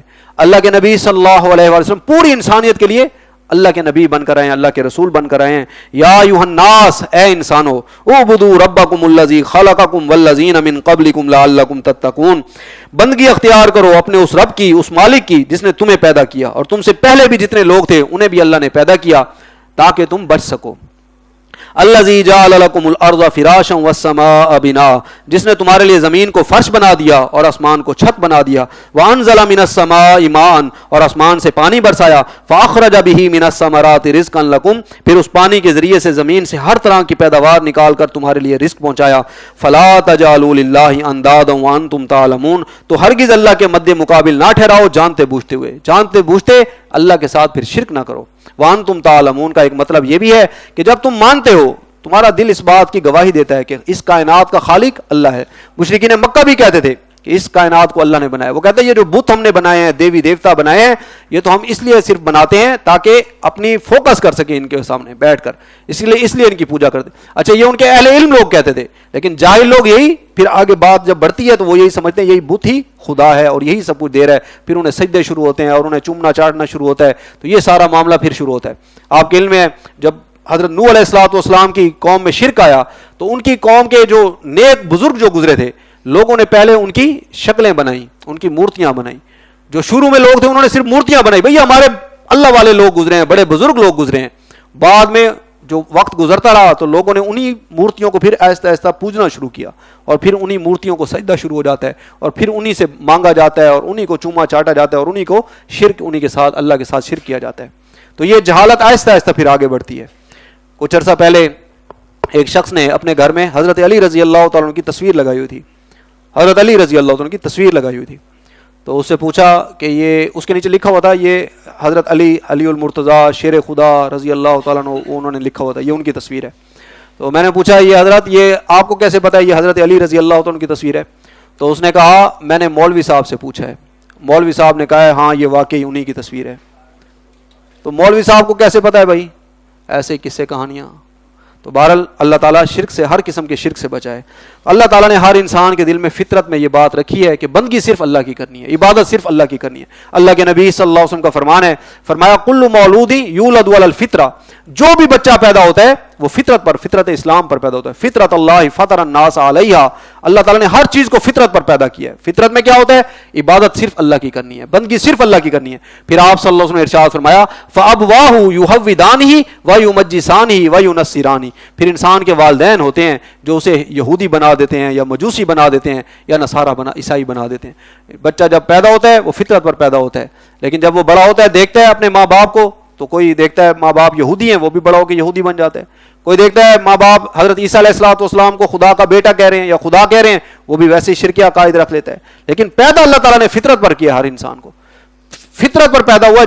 جو بائیڈن بھی فطرت پر پیدا ہوا ہے، ٹرمپ بھی فطرت اسلام پر پیدا ہوا ہے، شی جن پنگ یہ کون ہے چائنا کا صدر یہ بھی. لیکن ابھی وہ فطرت کے اندر یہ بات، پھر ماحول نے انہیں وہ سبق بھلا دیا. لیکن قیامت کے دن بانی تنظیم ڈاکٹر اسرار احمد رحمہ اللہ فرماتے ہیں کہ قیامت کے دن ہر انسان سے اللہ یہ پوچھے گا کہ تو مجھ سے وعدہ کر کے گیا تھا کہ اللہ تیری عبادت کروں گا، پھر تو نے میرے ساتھ شرک کیوں کیا؟ پھر لوگ کہیں گے، غیر مسلم کہیں گے یا اللہ مجھ تک دنیا میں تیرا پیغام نہیں پہنچا تھا. پھر اللہ تعالیٰ مسلمانوں سے پوچھے گا ہاں بھائی تم نے کیوں نہیں پہنچایا؟ جو پہنچا رہے ہیں وہ سرخرو ہو جائیں گے، جو نہیں پہنچا رہے وہ اس دن کیا جواب دیں گے اللہ کے ہاں؟ تو وہ آج سوچ لیں. تو فکر کریں اس بات کی، یہ ہماری ذمہ داری ہے. اللہ تعالیٰ نے ہمیں ایک کام دیا ہے، ہماری ذمہ داری لگائی ہے کہ خود بھی اللہ کے بندے بنو، لوگوں تک بھی اللہ کی بندگی کی دعوت کو پہنچاؤ. اللہ تعالیٰ ہم سب کو یہ کام کرنے کی توفیق عطا فرمائے. حضرت عبداللہ ابن مسعود رضی اللہ عنہ بیان کرتے ہیں کہ میں نے رسول اللہ صلی اللہ علیہ وسلم سے دریافت کیا کہ اللہ کے نزدیک سب سے بڑا گناہ کون سا ہے؟ اے اللہ کے رسول صلی اللہ علیہ وسلم یہ بتا دیجئے کہ اللہ کے نزدیک سب سے بڑا گناہ کون سا ہے؟ تو آپ صلی اللہ علیہ وسلم نے ارشاد فرمایا ان تجعل للہ ندا وہو خلقک، یہ کہ تو اللہ کا مد مقابل بنائے حالانکہ اللہ نے تجھے پیدا کیا ہے، تجھے پیدا اللہ نے کیا ہے، اور تو پھر بھی اللہ کے ساتھ شرک کرے، یہ شرک سب سے بڑا گناہ ہے۔ سورہ نساء میں اللہ تعالیٰ ارشاد فرماتے ہیں ان اللہ لا یغفر ان یشرک بہ ویغفر ما دون ذلک لمن یشاء، اللہ اس شخص کو تو ہرگز نہیں بخشے گا جو اللہ کے ساتھ شرک کرے گا، اس کے علاوہ جس کو چاہے گا بخش دے گا۔ شرک کرنے والے کو اللہ تعالیٰ نہیں بخشے گا۔ اللہ تعالیٰ ہر قسم کے شرک سے ہمیں محفوظ فرمائے۔ اس ضمن میں رسول اللہ صلی اللہ علیہ وسلم امت کو توحید کی اس بلندیوں تک، باریکیوں تک پہنچا کر گئے ہیں کہ ایک شخص نے ایسے ایک مرتبہ آپ صلی اللہ علیہ وسلم کے سامنے کہا ما شاء اللہ و ما شئت، اے اللہ کے رسول جو اللہ چاہے اور جو آپ چاہیں وہ ہو۔ اللہ کے نبی صلی اللہ علیہ وسلم نے ڈانٹ پلائی، فوراً روکا، ٹوکا، منع کیا اور فرمایا ان اجعلتنی للہ ندا ما شاء اللہ وحدہ، کیا تو نے مجھے اللہ کے مد مقابل بنا دیا ہے؟ کیا تو نے مجھے اللہ کے ساتھ شریک کر دیا ہے؟ ہوگا وہی جو اللہ چاہے گا۔ اللہ کی مرضی کے اندر، اللہ کی مشیت کے اندر کائنات میں کسی اولیاء اللہ کی، کسی ولی اللہ کی، کسی نبی کی بات پوری ہو جائے، لیکن کل اختیار اللہ سبحانہ و تعالیٰ کا ہے۔ اللہ کے ساتھ کسی قسم کا شرک نہیں کرنا چاہیے، نہیں تو اللہ جس کو چاہے گا بخش دے گا، شرک کرنے والے کو اللہ نہیں بخشے گا۔ فرمایا وَإِن كُنتُمْ فِي رَيْبٍ مِّمَّا نَزَّلْنَا عَلَىٰ عَبْدِنَا، اور اگر تم واقعتاً شک میں ہو اس کلام کے بارے میں جو ہم نے اتارا ہے اپنے بندے پر، یعنی کیا تمہیں یہ شک ہے کہ یہ کلام، یہ کتاب اللہ کی کتاب نہیں ہے؟ اگر تمہیں شک ہے تو فرمایا فَأْتُوا بِسُورَةٍ مِّن مِّثْلِهِ، تو لے آؤ ایک ہی صورت اس جیسی، اس قرآن کی ایک صورت جیسی صورت بنا کے دکھا دو۔ عرب اپنے آپ کو فصیح اور بلیغ کہتے تھے، وہ کہتے تھے ہم بولنے والے لوگ ہیں، باقی عجم تو گونگے ہیں، انہیں تو بولنے کا طریقہ نہیں آتا۔ بڑے بڑے شعراء تھے، ان میں بڑے فصحاء تھے، بڑے بڑے اہل علم لوگ تھے۔ تو اللہ تعالیٰ نے چیلنج دیا، اگر تمہیں شک ہے نا کہ یہ قرآن اللہ کی کتاب نہیں ہے، تو ایک مقام پر پہلے فرمایا اس جیسا کلام بنا کر لے آؤ، اس جیسی کتاب بنا کر لے آؤ۔ جب نہیں لا سکے تو فرمایا 10 صورتیں بنا کر دکھا دو، 10 صورتیں بھی کوئی نہیں بنا سکا۔ پھر فرمایا وَإِن كُنتُمْ فِي رَيْبٍ مِّمَّا نَزَّلْنَا عَلَىٰ عَبْدِنَا فَأْتُوا بِسُورَةٍ مِّن مِّثْلِهِ، اگر تمہیں شک ہے یہ کتاب اللہ کی کتاب نہیں ہے، یہ محمد رسول اللہ صلی اللہ علیہ وسلم پر اللہ کا کلام نازل نہیں ہو رہا، تو اس جیسی ایک صورت بنا کے دکھا دو۔ ایک صورت تو چھوٹی سی بھی بنا سکتے تھے، سورۃ الکوثر 3 آیات، چھوٹی چھوٹی صورتیں ہیں، مکی صورتیں، اس جیسی ایک صورت بنا کے دکھا دو، سورۃ الکوثر یا سورۃ العصر جیسی، لیکن کوئی بھی نہیں بنا سکا ہے۔ فرمایا وَدُعُوا شُهَدَاءَكُم مِّن دُونِ اللَّهِ إِن كُنتُمْ صَادِقِينَ، اور بلا لو اپنے سارے مددگاروں کو اللہ کے سوا اگر تم سچے ہو، اگر تم واقعی اپنے دعوے میں سچے ہو، اللہ کے سوا جسے بھی بلا سکتے ہو اس کام کے لیے بلا لو، جنوں کو بھی بلا لو، انسانوں کو بھی بلا لو، ایک صورت صرف بنا کے دکھا دو، کوئی بھی نہیں بنا سکا۔ تو پھر فرمایا فَإِن لَمْ تَفْعَلُوا وَلَن تَفْعَلُوا، پھر اگر تم ایسا نہ کر سکو اور ہرگز نہیں کر سکو گے،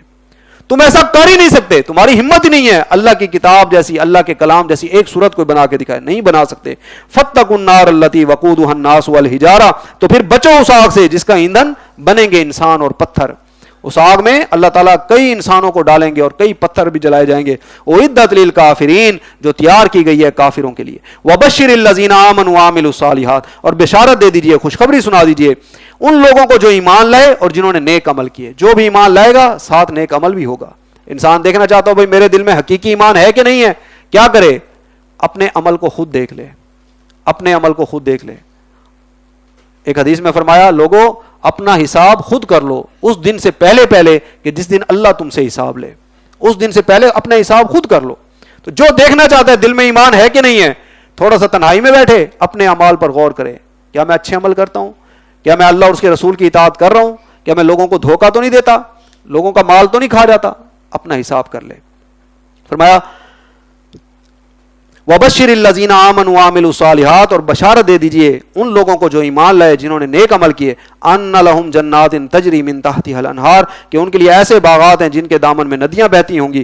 کلما رزقوا منها من ثمرۃ رزقا، جب بھی انہیں دیا جائے گا وہاں کوئی پھل رزق کے طور پر یعنی کھانے کے لیے، قالوا ھذا الذی رزقنا من قبل، تو وہ کہیں گے یہ تو وہی ہے جو ہمیں پہلے بھی ملتا تھا، وَأُوتُوا بِهِ مُتَشَابِهًا، اور دیے جائیں گے ان کو پھل ایک صورت کے۔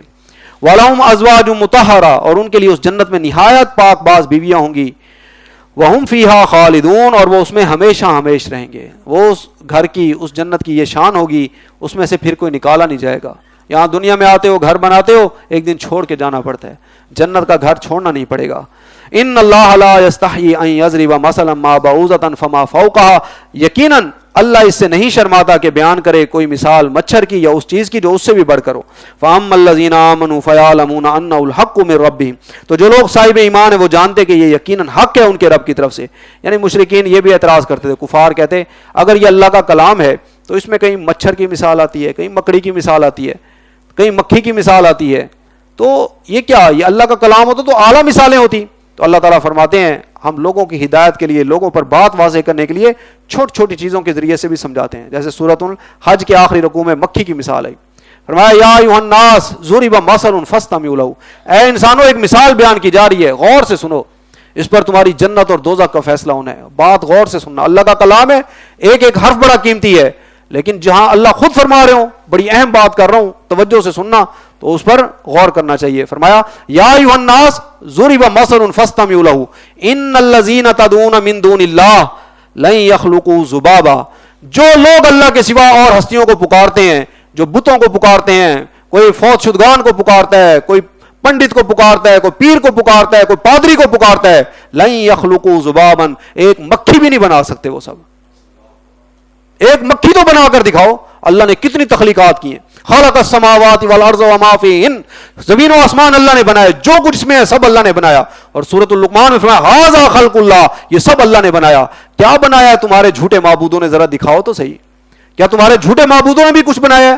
تو لوگوں بات توجہ سے سنو, اپنی جہنم کا فیصلہ نہ کر لینا اللہ کے ساتھ شرک کر کے. فرمایا یا ایھا الناس, اے انسانو, ضرب مثل فاستمعوا له, اللہ ایک مثال کے ذریعے سے بات سمجھا رہا ہے, توجہ سے سنو.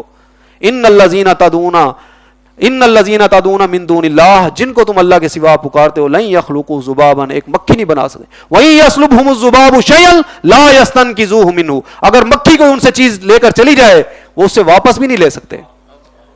تم بتوں کے سامنے حلوے رکھتے ہو, تم جو پرساد چڑھاتے ہو, وہاں مکھی آتی ہے, مکھی اس میں سے کچھ کھاتی ہے, تمہارے بابے, تمہارے پیر, تمہارے پنڈت سارے مل جائے نا, اس مکھی سے وہ واپس نہیں لے سکتے. اور سائنسی تحقیق بتاتی ہے مکھی کے ہاضمے کا نظام اللہ نے اتنا تیز رکھا ہے, جیسے ہی مکھی کچھ کھاتی ہے فوراً پخانے کے راستے سے نکال دیتی ہے. اب آؤ دوبارہ اس کے پیٹ میں ڈالو اور نکال کے دکھاؤ اس کے منہ سے. کر سکتا ہے کوئی ایسی ذات ہے پھر جو مکھی کے پیٹ سے نکال سکے, جس کا پخانہ بھی نکل چکا ہو؟ نہیں کر سکتے. اللہ کی کتاب ہے, اللہ کی شان ہے. فرمایا کیوں اللہ کے ساتھ شرک کرتے ہو, کیوں اللہ کے ساتھ شرک نہ کرو. ان الذین تدعون من دون اللہ لن یخلقوا ذبابا ولو اجتمعوا له وان یسلبھم الذباب شیئا لا یستنقذوہ منہ ضعف الطالب والمطلوب, مانگنے والا بھی کمزور اور جس سے مانگا جا رہا ہے وہ بھی بڑا کمزور ہے, بڑا کمزور ہے. اور اللہ بڑی طاقتوں والا ہے, بڑی قدرت والا ہے, چاہے تو 30 سیکنڈ کے اندر ہزاروں لوگوں کی جانیں نکال کے رکھ دے. زلزلہ آ جائے, انسان کی کیا اوقات ہے, سیلاب آ جائے, کچھ عرصہ پہلے سیلاب آئے, کیا بچا, کہاں گئی ساری ٹیکنالوجی, پتہ ہی نہیں چلا. ایک کیڑا جو آنکھوں سے نظر ہی نہیں آیا, کورونا, دنیا کو اللہ نے ہلا کے رکھ دیا. اللہ سے ڈر جاؤ, اللہ سبحانہ و تعالیٰ بڑی طاقت والا ہے, اسی کی بندگی کرو.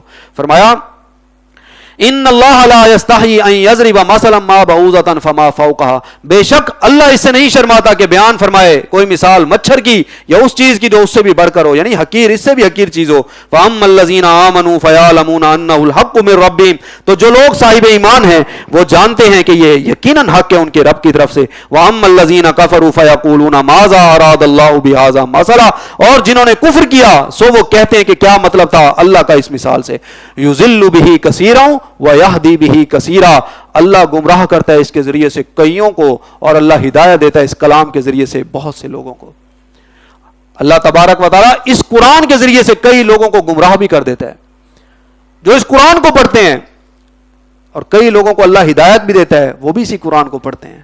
وجہ کیا ہے, آگے جو بات ہے نا بڑی اہم ہے, بڑی اہم ہے. وجہ کیا ہے, وَمَا يُضِلُّ بِهِ إِلَّا الْفَاسِقِينَ, اور نہیں گمراہ کرتا وہ اس کے ذریعے سے مگر صرف فاسق لوگوں کو, سرکش لوگوں کو, جھوٹے لوگوں کو, جو دل سے اوپر سے تو بڑی باتیں کرتے ہیں, ہم اللہ کے بندے ہیں, اللہ کے غلام ہیں, دل میں انہوں نے اپنا بت بٹھایا ہوا ہے, اپنی بڑائی, اپنے آپ کو بڑا کرنا چاہتے ہیں. کوئی مال چاہتا ہے, کوئی دنیا میں اپنا نام چاہتا ہے, یا دنیا کے کوئی اور مفادات چاہتا ہے. وَمَا يُضِلُّ بِهِ إِلَّا الْفَاسِقِينَ, نہیں گمراہ کرتا وہ اس کے ذریعے سے مگر صرف سرکش لوگوں کو. سرکش لوگ, فاسق لوگ, وہ قرآن پڑھ کر بھی گمراہ ہو جاتے ہیں. اس کی بڑی اہم مثال غلام احمد قادیانی لعنت اللہ علیہ, جھوٹی نبوت کا دعویٰ کر دیا اس نے. پہلے قرآن پڑھا, اپنے آپ کو عالم ثابت کیا, جب دیکھا کہ لوگوں میں میرا نام بن رہا ہے, انگریز نے, وہ چاہتا دنیا تھا, انگریز نے اسے اٹھایا, پک کیا اور اس کو دنیاوی مال بھی دیا اور پروموٹ بھی کیا, پھر اس نے جھوٹی نبوت تک کا دعویٰ کر دیا. وہ بھی تو پہلے عالم دین اپنے آپ کو کہلواتا تھا نا, جب کچھ لوگ اس سے متاثر ہو گئے تو نبوت کا دعویٰ کر دیا. اللہ تعالیٰ گمراہیوں سے بچائے. ایسے لوگ جو دلوں میں پہلے دن سے, جن کے دلوں میں اپنی نام کی, اپنی دنیا کمانے کی کوئی بڑائی ہوتی ہے, تو وہ پھر آگے چل کر بڑے سرکشی کرتے ہیں اور بڑی گمراہی کے کام کرتے ہیں. اللہ کے نبی صلی اللہ علیہ وسلم کا فرمان ہے, فرمایا راسو, فرمایا ہر چیز کی برائی, ہر چیز کی جڑ بنیاد, ہر گناہ کی جڑ بنیاد جو ہے وہ دنیا کی محبت ہوتی ہے. دنیا کی محبت میں انسان پڑتا ہے تو گناہوں میں پڑتا ہے. اللہ تعالیٰ ہم سب کو اللہ کا تقوی والی زندگی گزارنے کی توفیق عطا فرمائے. فرمایا وما یضل بہ الا الفاسقین, نہیں وہ گمراہ کرتا اس کے ذریعے سے مگر صرف سرکش لوگوں کو. الذین ینقضون عہد اللہ من بعد میثاقہ, جو توڑ دیتے ہیں اللہ کے ساتھ کیے ہوئے عہد کو مضبوط باندھ لینے کے بعد. اللہ سے عہد یہ کب کیا؟ عالم ارواح میں. اس دنیا میں آنے سے پہلے اللہ تعالیٰ نے تمام انسانوں کی ارواح کو تخلیق فرمایا. اللہ کے نبی صلی اللہ علیہ وسلم کا فرمان ہے, فرمایا الارواح جنود مجندہ, کہ وہاں عالم ارواح میں بڑے بڑے لشکروں کی صورتوں میں روحیں تھیں, ارواح تھیں.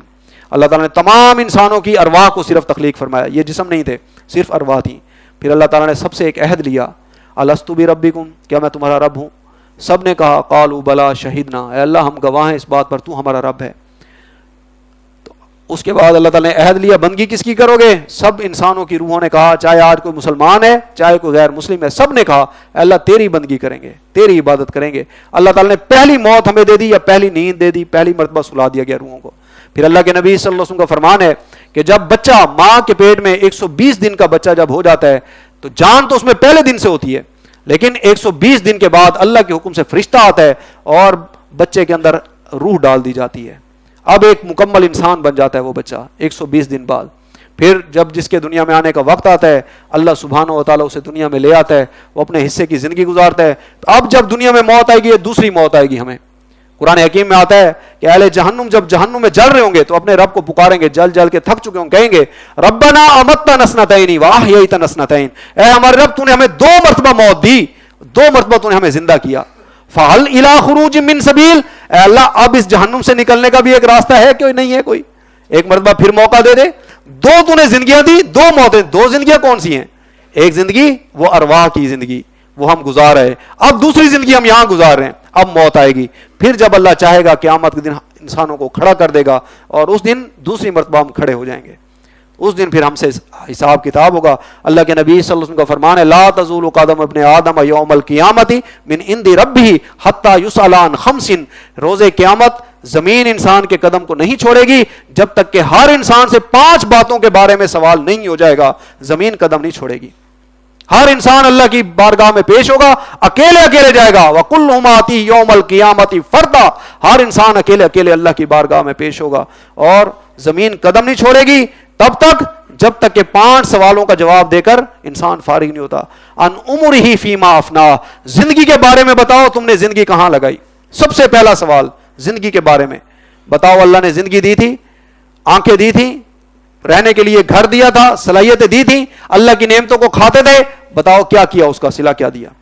ان عمرہ فیما افنا وان شبابہ فیما ابلاہ. دوسری بات جوانی کے بارے میں بتا, جوانی کہاں لگائی. جوانی کی عبادت اللہ تعالیٰ کو بہت پسند ہے. ایک حدیث میں آتا ہے جو شخص اپنی جوانی اللہ کی بندگی میں گزار دے, اللہ قیامت کے دن اسے اپنی رحمت کے عرش کے سائے میں جگہ عطا فرمائے گا. تو جوانی کے بارے میں بتاؤ, جوانی کہاں لگائی.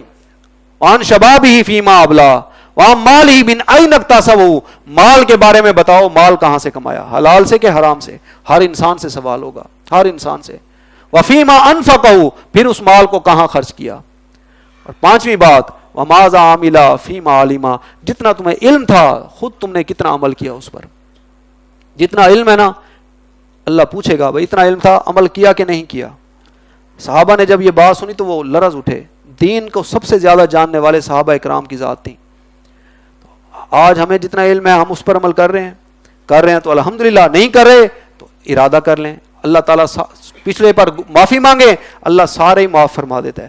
حدیث مبارکہ ہے, آپ صلی اللہ علیہ وسلم کا فرمان ہے, فرمایا جب بھی کوئی بندہ سچے دل سے اللہ سے توبہ استغفار کرتا ہے, معافی مانگتا ہے, اللہ فوراً سارے ہی معاف فرما دیتا ہے. اور اتنا غفور و رحیم رب ہے، جیسے معاف فرماتا ہے نامہ اعمال میں جو پہلے گناہ درج ہوتے ہیں صرف انہیں معاف نہیں فرماتا، ان کے بدلے بھی اللہ سبحانہ و تعالیٰ نیکیاں درج فرما دیتا ہے۔ اللہ سے توبہ اور استغفار کرنے پر بہت فضائل ہیں، اللہ تعالیٰ رزق میں بھی برکت عطا فرماتا ہے، گناہوں کو بھی معاف فرما دیتا ہے، اللہ تعالیٰ ہم سب کے گناہوں کو معاف فرما دے۔ تو فرمایا الذین ینقضون عہد اللہ من بعد میثاقہ، جو توڑ دیتے ہیں اللہ کے ساتھ کیے ہوئے عہد کو مضبوط باندھ لینے کے بعد، ویقطعون ما امر اللہ بہ ان یوصل، اور کاٹتے ہیں اس چیز کو جسے اللہ نے جوڑنے کا حکم دیا ہے۔ اللہ نے حکم دیا ہے کہ اپنے رحمی رشتوں سے جڑ کر چلو، لیکن لوگ اپنے رشتوں سے کاٹ دیتے ہیں۔ وَيُفْسِدُونَ فِي الْأَرْضِ، اور زمین میں فساد برپا کرتے ہیں۔ اولئک هم الخاسرون، یہی لوگ ہیں نقصان اٹھانے والے۔ کیف تکفرون باللہ وکنتم امواتا فاحیاکم، تم کیسے کفر کرتے ہو اللہ کا حالانکہ تم مردہ تھے پھر اس نے تمہیں زندہ کیا۔ یہاں پر بہت ہی اہم بات ہے، بھئی تم مردہ تھے، یعنی وہی وہ موت جو تم پہلی ایک زندگی گزار رہے ہو، تم مردہ تھے، اللہ نے تمہیں زندہ کیا، فاحیاکم، تو اس نے تمہیں زندہ کر دیا۔ ثم یمیتکم، پھر وہ تمہیں مارے گا، اب دوسری موت آئے گی۔ ثم یحییکم، پھر زندہ کرے گا۔ ثم الیہ ترجعون، پھر تم اس کی طرف لوٹا دیے جاؤ گے، پھر اللہ کی بارگاہ میں پیشی ہونی ہے۔ تو یہ تمہارا سبق ہے، اسے یاد رکھنا۔ والذی خلق لکم ما فی الارض جمیعا، وہی ہے جس نے پیدا کیا تمہارے لیے جو کچھ زمین میں ہے، اللہ نے تمہارے لیے بنایا ہے۔ الدنیا خلقت لکم وانتم خلقتم للآخرہ، اللہ نے دنیا تمہارے لیے بنائی ہے، تمہیں آخرت کے لیے بنایا ہے، تمہیں آخرت کے لیے بنایا ہے۔ والذی خلق لکم ما فی الارض جمیعا، وہی ہے جس نے پیدا کیا تمہارے لیے جو کچھ زمین میں ہے۔ ثم استوی الی السماء فسواہن سبع سماوات، پھر وہ متوجہ ہوا آسمانوں کی طرف اور انہیں ٹھیک ٹھیک 7 آسمانوں کی شکل میں بنا دیا۔ وہو بکل شیء علیم، اور وہ ہر چیز کا علم رکھنے والا ہے۔ وَإِذْ قَالَ رَبُّكَ لِلْمَلَائِكَةِ إِنِّي جَاعِلٌ فِي الْأَرْضِ خلیفہ، اور یاد کرو جب کہ کہا تھا تمہارے رب نے فرشتوں سے کہ میں بنانے والا ہوں زمین میں ایک خلیفہ۔ خلیفہ حقیقت میں نائب کو کہتے ہیں۔ اب اس کو سمجھنے کے لیے، جیسے جب کچھ عرصہ پہلے برطانیہ کی حکومت تھی یہاں برصغیر پاک و ہند میں، تو ایک وائس رائے ہوتا تھا، وہ بادشاہ یا ملکہ تو وہ تو برطانیہ میں بیٹھتی تھی، اس کا ایک وائس رائے یہاں ہوتا تھا، جو حکم وہاں سے آتا تھا وہ یہاں پر ہمارے اوپر نافذ کرتا تھا۔ اوپر سے حکم آ گیا، یہ بات ماننی ہے۔ ابھی ہمارا وائس رائے ایسے سمجھے آئی ایم ایف ہے، اور جو ہے وہ ہمارے لیے حکم دیتے ہیں وہاں سے، اور ہمارے حکمران جو لوکل حکمران ہیں وہ یہاں پر اسے امپلیمنٹ کراتے ہیں۔ بھئی یہ بات آ گئی ہے، حکم آ گیا ہے، بجلی مہنگی کرنی پڑے گی، گیس مہنگی کرنی پڑے گی، کیا کریں، ہمارے پاس اب کوئی وہ حل نہیں ہے۔ تو اب بات تو ایٹمی اثاثوں تک آ رہی ہے۔ اللہ سبحانہ و تعالی ہمارے ملک کی حفاظت فرمائے۔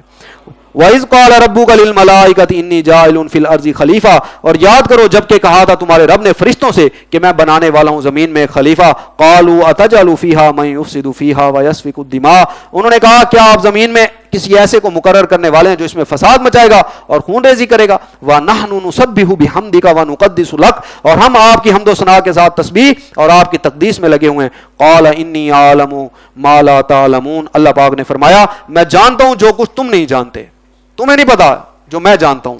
وَعَلَّمَ آدَمَ الْأَسْمَاءَ كُلَّهَا، اور اللہ نے سکھا دیا آدم کو تمام کے تمام نام، یعنی چیزوں کے اشیاء کے نام اللہ تعالیٰ نے سکھا دیے۔ ثم عرضهم على الملائکہ، پھر ان تمام اشیاء کو پیش کیا فرشتوں کے سامنے۔ فقال انبئونی باسماء هؤلاء ان کنتم صادقین، اور فرمایا بتاؤ مجھے ان چیزوں کے نام اگر تم سچے ہو، اگر تم اپنے آپ کو بہتر سمجھتے ہو تو ذرا ان چیزوں کے نام بتاؤ۔ قالوا سبحانک، انہوں نے کہا پروردگار تو پاک ہے، تو ہر نقص سے پاک ہے، اے اللہ تو پاک ہے۔ لا علم لنا الا ما علمتنا، ہمیں کوئی علم نہیں سوائے اس کے جو اے اللہ تو نے ہمیں سکھا دیا ہے۔ انک انت العلیم الحکیم، بے شک آپ ہی ہیں جو سب کچھ جاننے والے ہیں، کامل حکمت والے ہیں۔ قال یا آدم انبئهم باسمائهم، اللہ سبحانہ وتعالی نے فرمایا اے آدم ان کو بتاؤ ان چیزوں کے نام۔ فلما انبأهم باسمائهم، تو جب اس نے نام بتا دیے ان کو ان سب کے، قال علم اقول لکم انی عالم غیب السماوات والارض، تو اللہ نے فرمایا کیا میں نے تم سے نہ کہا تھا کہ میں جانتا ہوں آسمانوں اور زمین کی ہر چھپی چیز کو۔ وَعَلَمُ مَا تُبْدُونَ وَمَا كُنْتُمْ تَكْتُمُونَ، اور میں جانتا ہوں جو کچھ تم ظاہر کر رہے تھے اور جو تم چھپا رہے تھے۔ اللہ دلوں کے راز بھی جانتا ہے، جو تم زبان سے کہتے ہو اللہ وہ بھی جانتا ہے، جو تم زبان سے بیان ہی نہیں کرتے تمہارے دل کی بات ہوتی ہے۔ وَهُوَ عَلِيمٌ بِذَاتِ الصُّدُورِ، اللہ تو دلوں کے راز بھی جانتا ہے۔ وَإِذْ قُلْنَا لِلْمَلَائِكَةِ اسْجُدُوا لِآدَمَ فَسَجَدُوا إِلَّا إِبْلِيسَ، اور یاد کرو جب ہم نے کہا فرشتوں سے کہ سجدہ کرو آدم کو تو سب کے سب سجدے میں گر پڑے، الا ابلیس، سوائے ابلیس کے۔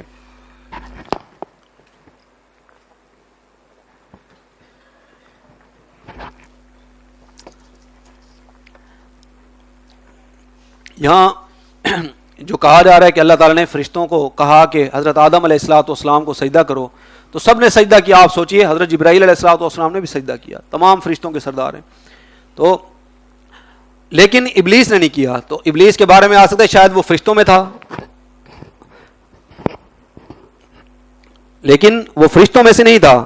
وہاں ایک جگہ سورۃ الکہف میں کر دیا گیا، وہاں فرمایا کان من الجن ففسق عن امر ربی، وہ جنوں میں سے تھا. لیکن اتنی عبادت کی، اتنا عرصہ اس نے عبادت کی کہ فرشتوں کے ساتھ اٹھنا بیٹھنا اس کا شروع ہو گیا، اور فرشتوں کے اعلیٰ ترین فرشتوں کے ساتھ اس کے معاملات ہونے لگے. لیکن اللہ جانتا تھا کہ یہ ہے جن، اور اس نے ایک جو ہے سرکشی کرنی ہے، ایک سجدہ نہیں کیا، اللہ کی رحمت سے دور ہو گیا.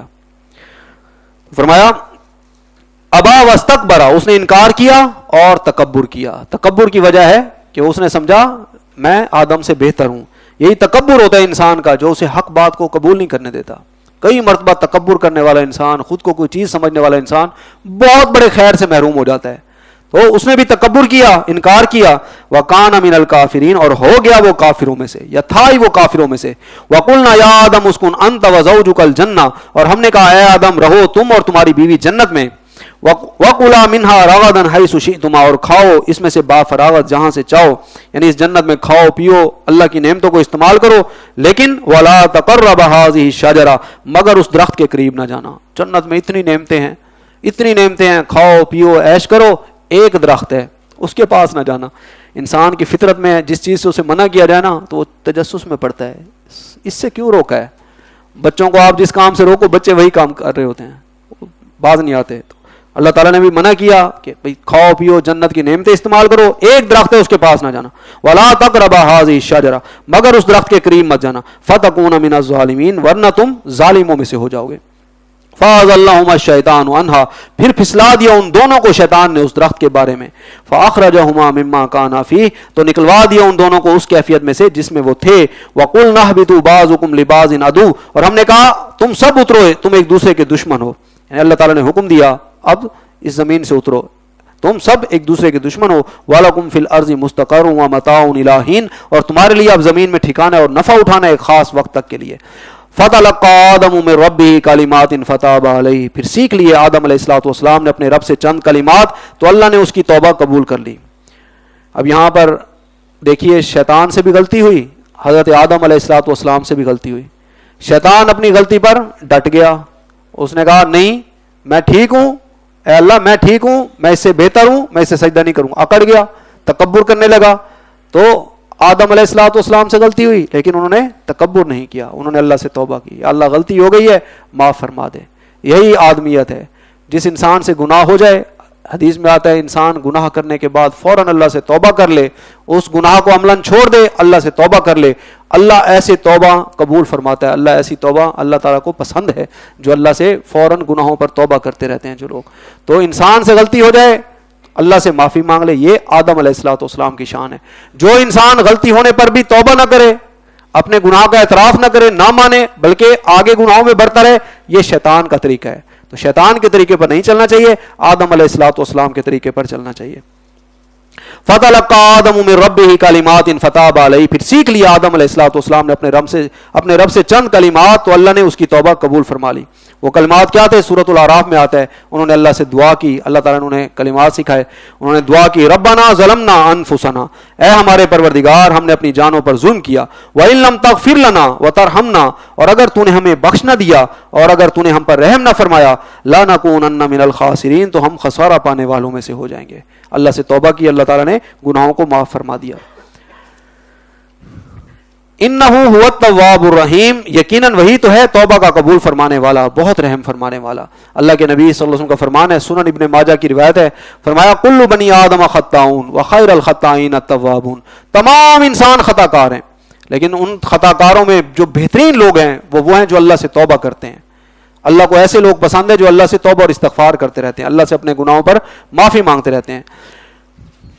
قلنا اہبطوا منہا جميعا، ہم نے کہا تم سب کے سب یہاں سے اترو. فَإِمَّا يَأْتِيَنَّكُم مِّنِّي هُدًى فَمَن تَبِعَ هُدَايَ فَلَا خَوْفٌ عَلَيْهِمْ وَلَا هُمْ يَحْزَنُونَ. تو جب بھی آئے تمہارے پاس میری جانب سے کوئی ہدایت تو جو لوگ میری اس ہدایت کی پیروی کریں گے ان کے لیے نہ تو کوئی خوف ہوگا نہ ہی وہ حزن سے دوچار ہوں گے. وَالَّذِينَ كَفَرُوا اور جو کفر کریں گے یعنی اللہ کی ہدایت کا انکار کریں گے, اللہ کی ناقدری ناشکری کریں گے, وَكَذَّبُوا بِآيَاتِنَا اور جو ہماری آیات کو جھٹلائیں گے, اولئک اصحاب النار یہی لوگ ہوں گے آگ والے, جہنم میں جلنے والے, ہم فیہا خالدون وہ اس میں ہمیشہ ہمیشہ رہیں گے. اللہ سبحانہ و تعالی ہم سب کے گناہوں کو معاف فرمائے, ہمیں توبہ اور استغفار کرنے کی توفیق عطا فرمائے. اللہ سبحانہ و تعالی ہم سب کو اللہ اور اس کے رسول صلی اللہ علیہ وآلہ وسلم کی اطاعت کرنے کی توفیق عطا فرمائے. آمین. وآخر دعوانا ان الحمد للہ رب العالمین.